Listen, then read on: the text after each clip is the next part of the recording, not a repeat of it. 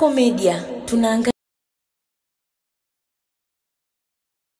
Jeshi la polisi mkoa wa Dodoma linamshikilia mtuhumiwa mmoja mwenye umri wa miaka 33, mkazi wa Maili Mbili kwa kosa la kubaka mwanafunzi wa kidato cha 4 mwenye umri wa miaka 19 kwa nyakati tofauti, huku mtuhumiwa mwingine akiendelea kutafutwa kwa kushiriki kufanya kitendo hicho cha kikatili ambacho ni kinyume cha sheria. Uchunguzi wa awali unaonyesha kuwa mhanga wa tukio hilo amekuwa akifanyiwa kitendo hicho na ndugu zake wawili ambao ni wajomba zake kwa tamaa za kimwili, huku akimtishia kumjeruhi. Mara baada ya kupata taarifa juu ya tukio hilo, jeshi la polisi lilianza ufuatiliaji na kufanikiwa kumkamata mtuhumiwa mmoja aliyekuwa akijaribu kutoroka, huku juhudi za kumtafuta mtuhumiwa mwenzake zikiendelea pamoja na kumfikisha mahakamani. Jeshi la polisi mkoa wa Dodoma linatoa wito kwa wananchi kutofumbia macho vitendo vya kikatili katika jamii na kuacha kufanya usuluhisho wa kesi hizi za majumbani na badala yake kuzitolea taarifa katika vyombo vya dola. Nikusihi mtazamaji wa Kasako Media, unaweza kutufuatilia kupitia mitandao mbalimbali ya kijamii ambapo Instagram na Facebook ni Kasako Media.